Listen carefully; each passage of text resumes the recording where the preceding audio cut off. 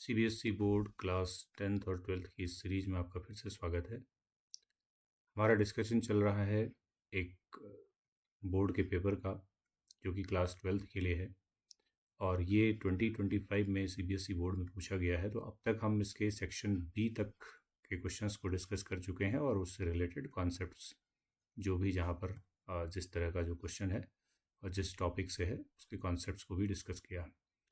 अब हमारे पास question number 26 है जो कि सेक्शन सी का फर्स्ट क्वेश्चन है। तो सेक्शन सी जैसा कि हमें पता है कि हमारे क्वेश्चन पेपर में सेक्शन सी जो है वो 3 मार्क्स के क्वेश्चंस का सेक्शन है। तो इसमें 3 मार्क्स के हमारे पास क्वेश्चंस आएंगे और ये क्वेश्चंस हमारे पास होंगे टोटल 6 क्वेश्चंस। तो 18 मार्क्स का कंट्रीब्यूशन ये करता है। तो 26 क्वेश्चन हम लोग सबसे पहले देखते हैं।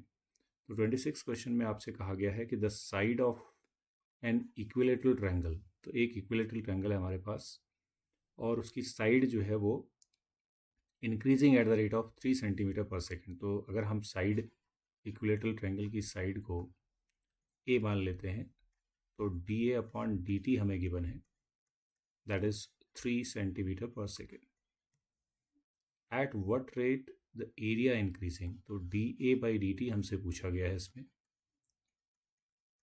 एंड कब पूछा है, when this value of a यानी साइड जो है 15 सेंटीमीटर है। तो ये एप्लीकेशन ऑफ डेरिवेटिव का क्वेश्चन है हमारे पास, रेट मेजर का क्वेश्चन है। तो हम कैसे करेंगे, सिंपल, हमें पहले समझ लेना है कि इक्विलेटरल ट्रायंगल है तो इक्विलेटरल ट्रायंगल का जो एरिया है that is √3/4 into side square, और इसे हमें डिफ्रेंशिएट कर देना है विद रिस्पेक्ट टू टाइम। तो D A upon D T is equal to, ये हो जाएगा √3/4 इंटू 2a डी ए अपॉन डी टी। ये बहुत सिंपल सा क्वेश्चन है, इसमें आपको वैल्यू डाल देनी है। D A upon D T आपके पास है, ये हो जाएगा √3/4 इंटू 2, ए साइड गिवन है आपको कि 15 होनी चाहिए and D A upon D T आपके पास 3 है। इस तरह से ये आपके पास इसका आंसर हो गया। 2 से आप इसको काट सकते हैं यहाँ पर, तो ये 2 से आपका 4 यहाँ पे कटेगा 2 टाइम्स, तो ये बचेगा आपके पास 45, 15 3 या 45 √3/2। ये D A upon D T होगा सेंटीमीटर स्क्वायर पर सेकेंड। इस तरह से ये आपका क्वेश्चन नंबर 26 का आंसर है। ये 3 मार्क्स का क्वेश्चन है आपके लिए। तो 45 √3/2 इसका सॉल्यूशन है। अब देखते हैं हम लोग क्वेश्चन नंबर 27। तो 27 क्वेश्चन देखें किस टॉपिक से है और क्या पूछ रहा है इसमें। तो 26 क्वेश्चन लीनियर प्रोग्रामिंग का हमको दिख रहा है। तो लीनियर प्रोग्रामिंग जैसे कि हमें पता है कि एलपी हमारा जो टॉपिक है लीनियर प्रोग्रामिंग प्रॉब्लम का, ये हमारा केवल 5 मार्क्स, एक पूरी यूनिट है और एक चैप्टर है, 5 मार्क्स का कंट्रीब्यूशन करती है आपके बोर्ड के एग्ज़ाम के पॉइंट ऑफ व्यू से। और इसमें से मोस्ट प्रोबेबली आपको 3 मार्क्स का एक क्वेश्चन मिलता है और 1 मार्क के 2 क्वेश्चन मिलते हैं। तो यहाँ पे हम देख पा रहे हैं कि 27 क्वेश्चन जो है वो लीनियर प्रोग्रामिंग का ही है।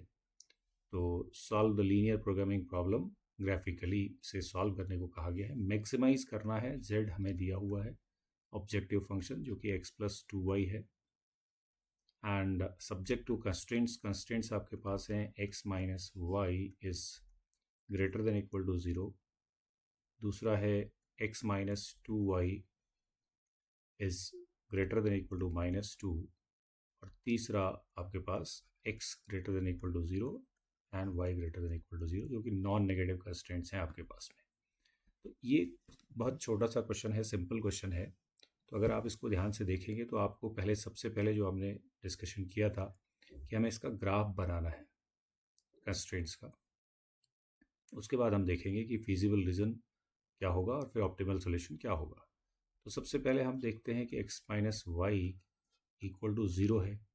तो ये तो एक लाइन आपकी जो ओरिजिन से पास हो रही है, तो इसमें तो ज़्यादा कुछ करने की ज़रूरत है नहीं आपको। कोई भी पॉइंट आप लेंगे, अगर टेबल बनाएंगे इसमें x और y के लिए, आपने 1 लिया तो y भी 1 होगा, 2 लिया तो y भी 2 होगा, तो x इक्वल्स टू वाई है। तो इसमें कोई ज़्यादा नहीं है काम, इसको हमें प्लॉट कर लेंगे। Similarly x minus 2y is equal to, ये आपके पास है -2, ये -2 है, तो इसके लिए हम एक टेबल बना लेते हैं तो फिर प्लॉट कर पाएंगे। तो ये हम कुछ वैल्यूज़ ले लेते हैं, यहाँ पे x लिख लेते हैं, यहाँ y लिख लेते हैं। अगर हमारा x 0 हुआ तो x 0 होने पे -2y -2 हो जाएगा, y 1 हो जाएगा। और अगर y 0 हुआ तो x की वैल्यू -2 हो जाएगी। तो ये इसका हो गया। बाकी x ग्रेटर देन 0 है और y ग्रेटर देन 0 है। तो अब हम प्लॉट करने की कोशिश करते हैं इस ग्राफ को।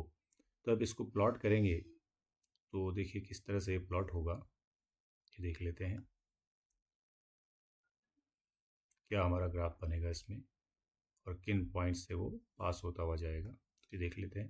तो एक तो हमने कहा कि x minus Y equals to 0 है, तो आप देखें तो ये ओरिजिन से पास हो रहा है। अगर आप 1 1 कुछ पॉइंट्स मान लें यहाँ पे कि 1 है, ये 2 है, 3 है, 4 एंड 5 एंड सो ऑन, इस तरह से ले लें। यहाँ भी 1 2 3 4 इस तरह से ले लेते हैं। ये आपको ग्राफ में ही करना होता है, आपको ग्राफ वहाँ पर मिलता है बोर्ड एग्ज़ाम में। तो आप पहले वाली लाइन को देखेंगे तो 1 1 2 2, तो ये पॉइंट्स आपको कुछ ऐसे मिलेंगे। तो ये आपका जो ग्राफ है, ओरिजिन से पास होने वाली एक लाइन सिंपल ऐसे ये बन जाएगी। एक तो आपका ये हो गया इसमें, this is your first line, first x minus Y के लिए हो गया ये। और अब x माइनस वाई के लिए जब है तो यहाँ पर इसकी इनइक्वलिटी को भी आपको मार्क करना होता है कि कौन सा रीजन आप शेड करेंगे। तो अगर आप देखें तो x minus Y greater than equal to 0 है। तो अगर मैं कोई पॉइंट यहाँ का डालता हूँ, फॉर एग्जांपल आप देखें तो x minus Y is greater than equal to 0 है, मैंने ये वाला पॉइंट लिया जो कि 1,0 है, तो 1 minus 0 greater than equal to 0 जो कि सेटिस्फाई कर रहा है। तो इसका मतलब इसके नीचे ही सॉल्यूशन है, इसके नीचे ही हमारा जो है रीजन शेड होगा, इसके ऊपर नहीं जाएगा। तो ये पता चल रहा है यहाँ से। तो इसका रीजन भी हमने शेड कर दिया, इस तरह से दिखा सकते हैं आप इसको। Then come to another one, आप इसको प्लॉट करते हैं 0,1। तो 0,1 तो ये है पॉइंट, और -2,0 तो -2 कहीं यहाँ होगा, ये 1 -1 है, ये -2 है, -2,0 यहाँ पर है। तो दूसरी लाइन है आपकी इन दो पॉइंट से पास होते हुए जाएगी कुछ इस तरह से। ये आपका दूसरी लाइन का ग्राफ हो गया। तो इसको भी हम देख लेते हैं, इसमें देख लेते हैं कौन सी ओरिजिन सेटिस्फाई करता है कि नहीं करता। जब इस तरह की कोई इक्वेशन हमें मिलेगी तो हम इसमें ओरिजिन डाल के देख लेंगे, यानी 0 -2 इंटू 0 यानी 0 is greater than equal to -2, यानी 0 इज़ ग्रेटर देन -2 यानी ट्रू है। तो इसके भी नीचे ही आपका रीजन बनने वाला है क्योंकि ओरिजिन इसको सेटिस्फाई कर रहा है, तो इसके भी नीचे आएगा। तो इस तरह से ये आपको दूसरे का ग्राफ हो गया। और तीसरा तो x ग्रेटर देन 0 है, तो x ग्रेटर देन 0 मतलब हो गया कि इस तरफ, और y ग्रेटर देन 0 का मतलब हो गया ऊपर, इसके ऊपर रहेंगे।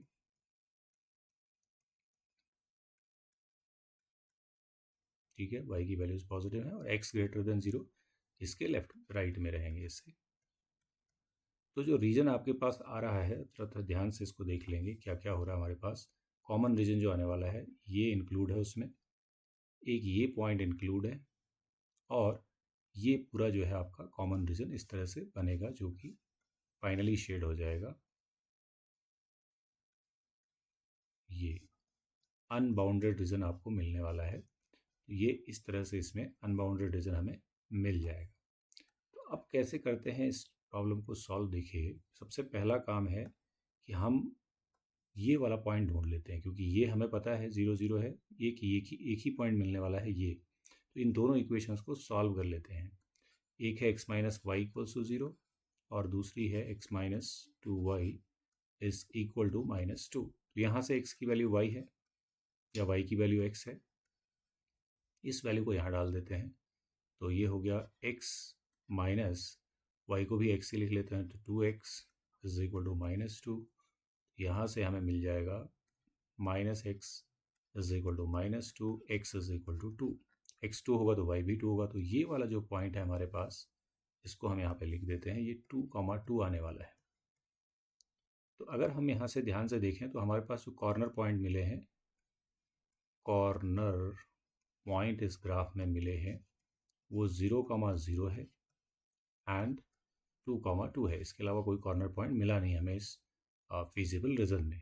तो अगर z की वैल्यू देखें हम, तो z की वैल्यू हम इन दोनों पॉइंट्स पे देख लेते हैं। अगर 0 0 पे देखेंगे, z हमारे पास है x + 2y, तो अगर हम इस पॉइंट पे देखेंगे 0,0 पे, तो जो z की वैल्यू होगी वो 0 हो जाएगी। और अगर हम देखेंगे 2,2 पे, तो ये हो जाएगी 2 + 2 × 4 दैट इज 6, ये 6 हो जाएगी। लेकिन अब क्वेश्चन पढ़ लीजिए, क्वेश्चन में आपसे कहा है मैक्सिमाइज। तो मैक्सिमाइज आप नहीं कर पाएंगे, क्योंकि कोई भी जब अनबाउंडेड रीजन होता है तो मैक्सिमम वैल्यू आपको पता नहीं है कहाँ मिलेगी, क्योंकि ये बहुत आगे तक ऐसे एक्सटेंड हो रहा है, इस तरह से अनबाउंडेड रीजन है। तो मैक्सिमम वैल्यू इसमें हम नहीं बता पाएंगे। अगर मिनिमम बतानी होती तो हम इन दोनों में से बता सकते थे कि 0 है, बट मैक्सिमम नहीं हो सकती। तो maximum value does not exist आपको लिखना पड़ेगा इसमें, maximum value does not exist.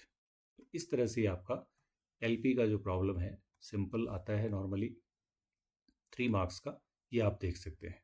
बाकी ये जो ग्राफ है आपको ग्राफ पेपर पे ही बनाना होता है, तो आप ज़रा देखना चाहते तो ये इस तरह से कुछ बनेगा। तो ये अगर हम देखें तो ये कुछ इस तरह का हमारा ग्राफ इसका बनेगा। तो ये अब फाइनली अगर आप और देखना चाहें तो इसकी इमेज ये इस तरह से हमारा ये ग्राफ बनने वाला है।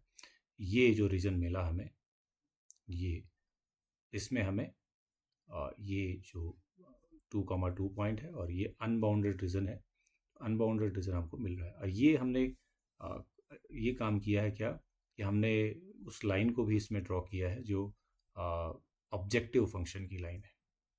ठीक है, तो ऑब्जेक्टिव फंक्शन को भी प्लॉट कर दिया उसके बाद, क्योंकि हमारे पास मैक्सिमम वैल्यू ये यहाँ पे 6 आ रही है मैक्सिमम यहाँ पे। तो और हमने इस x+2y को, क्योंकि ये हमारा x+2y यहाँ पे देखेंगे अगर आप, x+2y हमारा ऑब्जेक्टिव फंक्शन था और इसकी यहाँ पे जो वैल्यू हमें मिल रही है वो 6 मिल रही है। तो इसको भी हम प्लॉट करेंगे तो वो जो आप देख पा रहे हैं ग्राफ में, तो वो यही वैल्यू थी जो आपने ऑब्जेक्टिव फंक्शन को प्लॉट किया। ठीक है, तो वो आपको बता रहा है। लेकिन ये इसमें हमें मैक्सिमम वैल्यू नहीं मिल पाएगी क्योंकि ये अनबाउंडेड ग्राफ है। तो इस तरह से हमारा क्वेश्चन नंबर 27 कंप्लीट हुआ। अब हम देखते हैं क्वेश्चन नंबर 28, जो कि 3 मार्क्स का सेक्शन है। इसमें आपको थोड़ा बड़े क्वेश्चंस मिलेंगे और चॉइसेस भी इसमें मिलेंगी आपको 2 क्वेश्चंस में। तो ये हमारा क्वेश्चन नंबर 28 अब हम लोग देख लेते हैं। 28 क्वेश्चन में क्या है। 28 क्वेश्चन चॉइस वाला क्वेश्चन है। इसमें आपके पास 2 ऑप्शन है, तो हम इस क्वेश्चन को डिस्कस करते हैं। सबसे पहले इंटीग्रेशन एक डेफिनेट का है और एक इनडेफिनेट का है। तो सबसे पहले इनडेफिनेट का क्वेश्चन देख लेते हैं। x plus sine x upon 1 plus cos x, ये इस तरह से हमारा ये क्वेश्चन है जो कि इनडेफिनेट का है। तो इस इनडेफिनेट के क्वेश्चन को अगर देखें तो यहाँ पे अगर हम इसको सॉल्व करेंगे तो ये x/1 प्लस कॉस एक्स अलग हो जाएगा dx, और plus sine x upon 1 plus cos x हम अलग लिख सकते हैं dx। और हमें पता है cos 1 प्लस जो cos x की वैल्यू होती है that is 2 cos square x/2 होती है। तो ये हम यहाँ पे सब्स्टिट्यूट कर देंगे तो हमारा जो i है वो हो जाएगा x/2 cos square x/2 dx, plus ये हो जाएगा sine x upon 2 cos square x/2 dx। इस तरह से हमारा ये सिंप्लीफाई हो जाएगा। इसके बाद यहाँ देखें तो ये हो जाएगा हमारे पास 1/2, और यहाँ पे 1/2 के साथ में ये cos x स्क्वायर है तो sec स्क्वायर x/2 हो जाएगा, एक साथ ये आ जाएगा और इंटू x आ जाएगा और dx आ जाएगा। प्लस यहाँ पे क्या करेंगे हम साइन x की भी आइडेंटिटी लगा देंगे जो कि होती है 2 sin x/2 cos x/2 divided by 2 cos square x/2 dx। तो इसको यहाँ लिख लेंगे। इस तरह से जब हम देखेंगे ये हमारे पास एक तो आएगा 1/2 sec square x/2 and x dx, और प्लस यहाँ पे अगर आप देखेंगे तो ये सिंप्लीफाई हो जाएगा, थोड़ा 2 कैंसिल हो जाएगा, cos स्क्वायर कैंसिल हो जाएगा, तो ये इंटीग्रेशन ऑफ 10x/2 यहाँ पर आ जाएगा dx।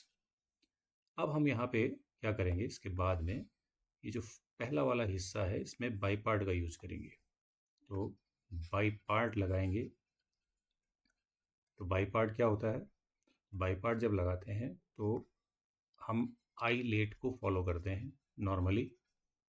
ठीक है, inverse function, logarithmic function algebraic function, trigonometric function and exponential function. तो यहाँ पे हमारे पास एल्जेब्रिक फंक्शन ये है, देख पा रहे हैं हम, और ये ट्रिग्नोमेट्रिक फंक्शन है। तो एल्जेब्रिक फंक्शन आपका फर्स्ट होगा और ट्रिग्नोमेट्रिक फंक्शन आपका सेकेंड होगा। तो यहाँ पे बाई पार्ट जब अप्लाई करेंगे तो बाई पार्ट अप्लाई करने पे क्या होता है, फर्स्ट फंक्शन, तो फर्स्ट फंक्शन आपका क्या है, एक्स है, इंटू इंटीग्रेशन ऑफ सेकेंड, तो 1/2 sec square X by two. तो ये थोड़ा सा देख लें, 1/2 sec square X by two है, तो सेक स्क्वायर एक्स का 10x होता है, तो अगर sec square X by two का करेंगे तो 2 10x बाई टू होगा, जो कि 2 इससे कैंसिल हो जाएगा। तो ये हमारे पास यहाँ पे x into 10x by two आ जाएगा।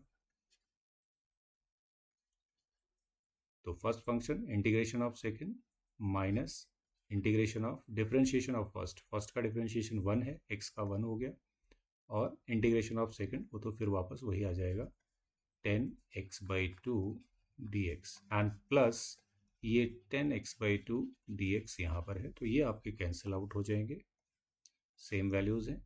तो आपके पास आंसर आ जाएगा x 10x बाई टू। तो ये इसका सॉल्यूशन है। तो इस क्वेश्चन का आपका आंसर जो है वो हो जाएगा x 10x बाई टू, और चूँकि आप प्लस सी लिख दीजिए क्योंकि इंडेफिनिट कर रहे हैं, ये सी हो जाएगा। तो इस तरह से ये इस फर्स्ट वाले का आंसर हो गया। ठीक है, तो इसके सेकंड पार्ट को भी हम डिस्कस कर लेते हैं, बी पार्ट को। तो डेफिनेट का क्वेश्चन है, इसको कैसे करेंगे ये भी देख लेते हैं। तो सेकंड जो पार्ट है इसका वो डेफिनेट का है, तो इस डेफिनेट वाले हिस्से को भी थोड़ा देख लेते हैं कैसे हम इसको करेंगे। तो सेकंड पार्ट अगर देखें इसका, तो ये जो 28 क्वेश्चन हम लोग देख रहे हैं, इसका बी पार्ट अगर देखें तो बी पार्ट में क्या है, देखिए ये डेफिनेट का है। इसमें बोला है 0 से π/4 आपकी लिमिट है, एंड dx अपॉन ये है cos cube X and square root के अंदर 2 sin 2x dx। इस तरह से अगर हम इसको देखें तो कैसे करेंगे, देखिए ये अच्छा क्वेश्चन है, इसमें हम डेफिनेट से इसको करेंगे। तो यहाँ पे नीचे देखें तो किस तरह से इसको सिंप्लीफाई कर सकते हैं। तो हम सबसे पहले इसको cos क्यूब एक्स लिखा रहने देते हैं, और इस रूट के अंदर जो 2 sin 2x है, 2 sin 2x की आइडेंटिटी लगाते हैं, तो 2 sin x cos x कुछ ऐसा बनेगा।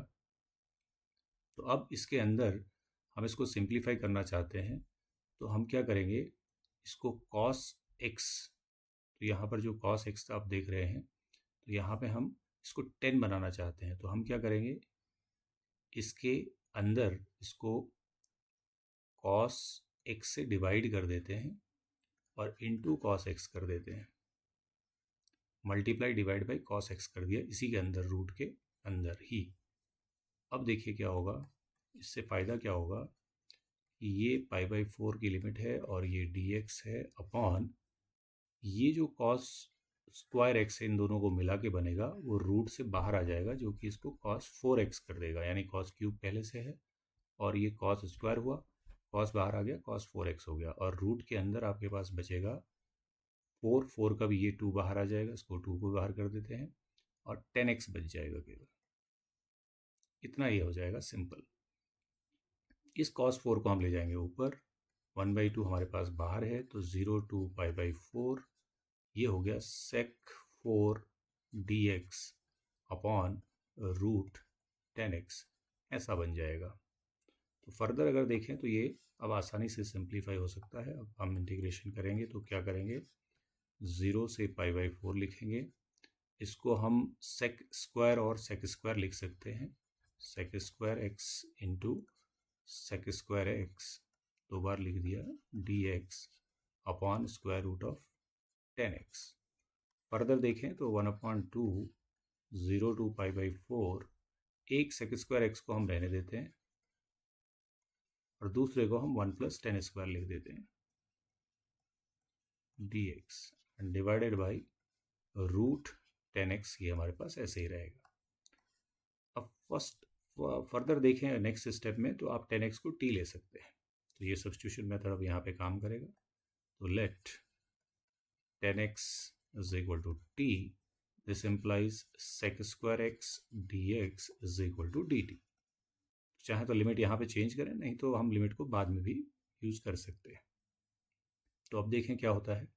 ये i हो जाएगा हमारा हाफ।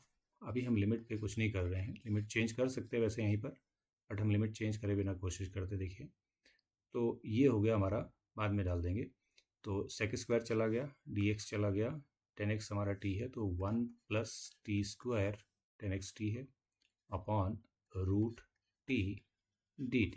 ऐसा ये आपके पास आ जाएगा। तो अब फर्दर सिंपल है, अब हम इसको आसानी से इंटीग्रेट कर सकते हैं। तो 1/2 0 to π/4, लिमिट हमने चेंज नहीं की है, लिमिट हम बाद में t को वापस 10x लिखेंगे, फिर लिमिट अप्लाई करेंगे। 1/√t अलग हो जाएगा, plus T square upon root T अलग लिख लेंगे इस तरह से। और अगर आप फर्दर आगे देखें इसे,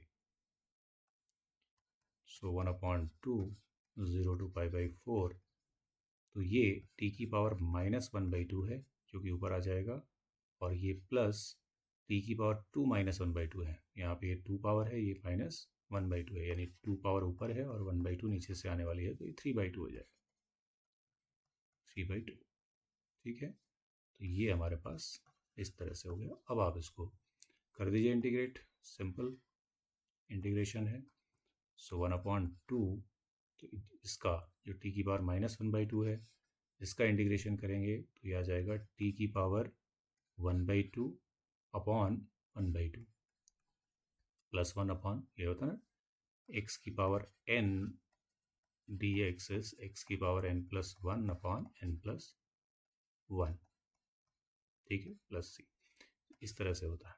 यहाँ पे तो हम डेफिनेट कर रहे हैं तो c की जरूरत है नहीं, तो ये हो गया। प्लस यहाँ पर हो जाएगा t की पावर, इसमें अगर आप 1 करेंगे प्लस तो ये 5/2 हो जाएगा, और नीचे भी 5/2 आ जाएगा। फर्दर और थोड़ा सा सॉल्व करेंगे, और लिमिट हमारी क्या चल रही है, 0 से π/4। लिमिट हम तब डालेंगे जब t की वैल्यू यहाँ पे सब्सटीट्यूट कर लेंगे। 1/2, तो ये 2 ऊपर आ जाना है, 2t पावर 1/2 प्लस ये आ जाना है 2 ऊपर, 2t 5/2 अपॉन 5। लिमिट है 0 से π/4। 2 कॉमन लीजिए और कैंसिल कर दीजिए, तो बचता है आपके पास t की पावर 1/2 प्लस t की पावर 5/2 डिवाइडेड बाई 5। तो t क्या था वापस देख लीजिए आप, t की वैल्यू डालेंगे और लिमिट लगा देंगे। यहाँ पे लिमिट में लिख दूँ अभी फ़िलहाल 0 से π/4। t को आपको लिखना है 10x, क्योंकि आपने 10x को t लिया था। तो यहाँ देख लेते हैं आप, वापस देखेंगे तो t आपका 10x है, 10x लिखते हैं और फिर लिमिट अप्लाई कर देते हैं। तो ये हो गया 10x की पावर 1/2 यानी रूट 10x हो जाएगा, एंड ये है 10x की power 5/2 upon 5, and limits 0 to π/4। Now apply limits. तो पहले π/4 डालिए, तो 10π/4 आपका 1 होता है, 1 का रूट भी 1 ही होगा। 1 प्लस ये भी 10π/4 करेंगे, उसकी पावर कुछ भी करेंगे तो 1 ही होगा। 1 + 1 अपॉन 5 एंड माइनस 0 करेंगे तो दोनों 0 हो जाएंगे। तो ये हो गया 6/5। तो फाइनली आपका जो आंसर है वो 6/5 इस क्वेश्चन के लिए आने वाला है। तो इसको थोड़ा सा देख लेंगे, थोड़ा कैलकुलेशन में टाइम लगेगा आपको। ये 6/5 जो है इसका क्वेश्चन नंबर 28 के सेकंड पार्ट का आंसर है आपका 6/5। तो ये कोई 2-3 क्वेश्चन हमने आज डिस्कस किए हैं, जिसमें हमने क्वेश्चन नंबर 26 देखा जो कि एप्लीकेशन ऑफ डेरिवेटिव का था, रेट मेजर का। दूसरा हमने देखा एलपी का प्रॉब्लम है।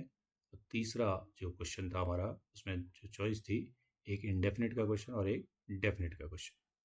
तो अब नेक्स्ट वीडियो में हम लोग बाकी की 29, 30 और 31 3 और क्वेश्चन जो हैं वो डिस्कस करेंगे। इसमें भी आपके पास एक क्वेश्चन में चॉइस है, तो इस चॉइस वाले को भी डिस्कस करेंगे, और 30 क्वेश्चन एंड 31 क्वेश्चन डिस्कस करेंगे और उससे रिलेटेड कॉन्सेप्ट। तो मिलते हैं नेक्स्ट वीडियो में, तब तक के लिए नमस्कार।